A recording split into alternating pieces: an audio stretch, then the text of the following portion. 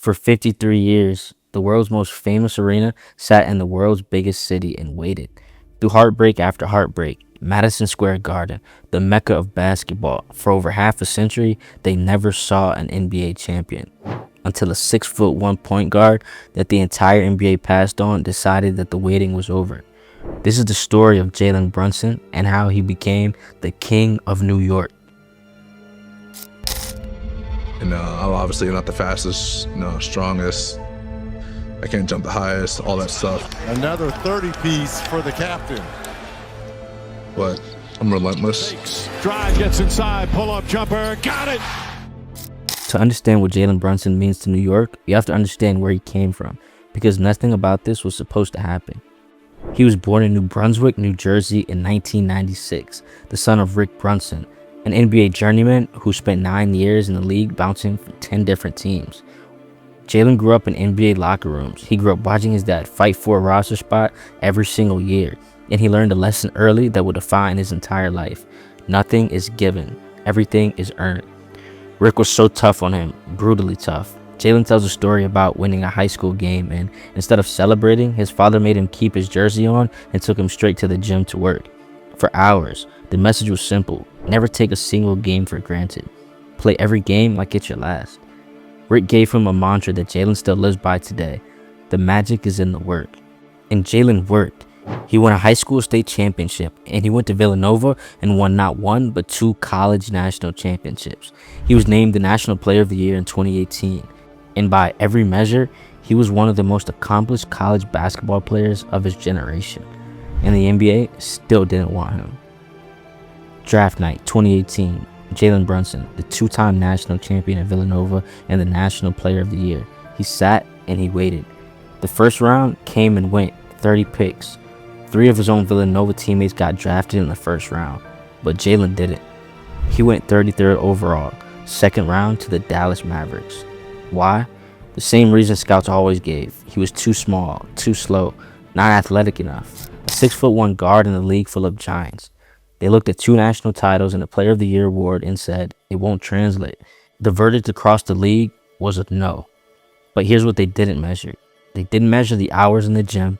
They didn't measure the amount of basketball IQ built from a childhood in NBA arenas. And they couldn't measure the heart of a kid who had been told no his entire life. And he used it as fuel. Brunson became the first player in NBA history to sign a $100 million contract without ever being named an All-Star. He bet on himself.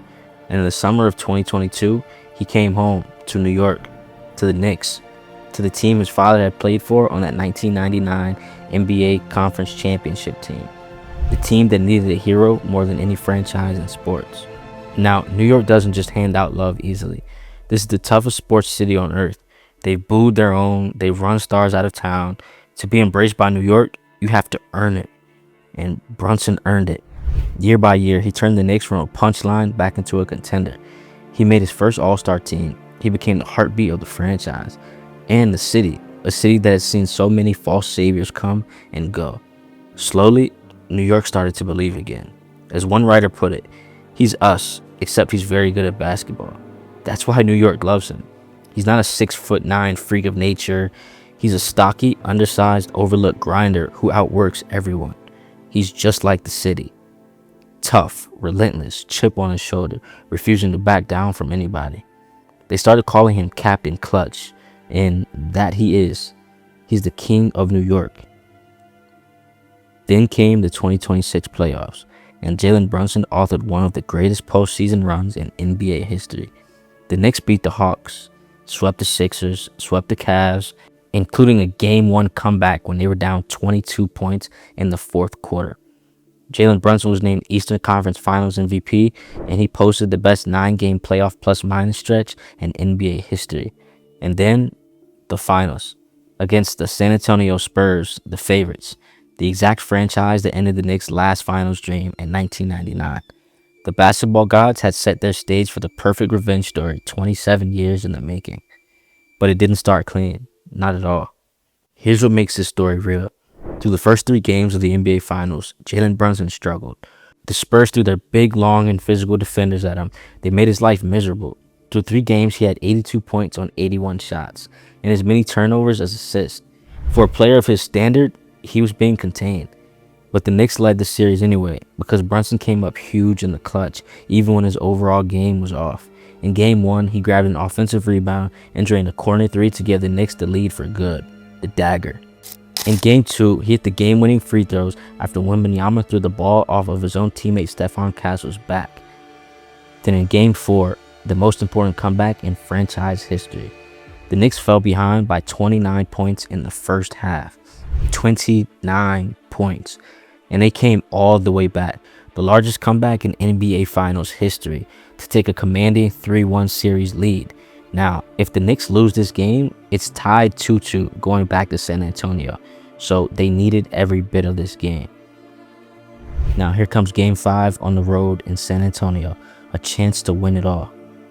The Knicks fell down big again, down 16, down 10 with 8 minutes to play. Wembanyama was blocking everything, 5 blocks, 14 rebounds. He was playing like a defensive wall. And Jalen Brunson decided that 53 years of waiting was going to end tonight. He was finishing everything. He was captain clutch in the fourth quarter, and he had a go-ahead floater with 65 seconds left. And when the final buzzer sounded, the New York Knicks had won 94-90. Jalen Brunson finished with 45 points, the most ever scored by a Knick in a finals game, breaking the record held by Willis Reed in 1970. He shot 14 of 27 and hit 13 of 15 free throws, and he scored 22 points in the clutch. This is the most clutch points by any player in the NBA Finals in the last 15 years. Let me put 45 in the closeout game in perspective. It's tied for the third most points ever scored in a Finals closeout game, tied with Michael Jordan. Only Giannis Antetokounmpo and Bob Pettit ever scored more than a game that clinched an NBA title. That's the entire list. Brunson, Jordan, Giannis, Pettit. Legends. That's it. Mike Breen, the longtime Knicks broadcaster, said it best, and I quote, "An absolute masterpiece with 45 points. He will be the king of New York for the rest of his life." When it was over, the stoic, even-killed Jalen Brunson, the man who refused to look past a single game all season, finally broke. The tears came out. He hugged his father, Rick Brunson, now a Knicks assistant coach, the same man who dragged him back to the gym after high school wins, the same man who told him every single day, "The magic is in the work." "I have no words," Brunson said. "It's everything I ever dreamed of." He was a Finals MVP. He won the Bill Russell Trophy, and he, Mikal Bridges, and Josh Hart became the first trio of teammates in NBA history to win both an NCAA title and an NBA championship together. The Villanova boys were united on top of the basketball world. But this was bigger than a trophy. This was 53 years of pain ending. This was every Knicks fan who had never saw a title in their lifetime finally getting to celebrate. This was the Mecca of basketball, the most famous arena in the world. Finally, they come home to a champion again.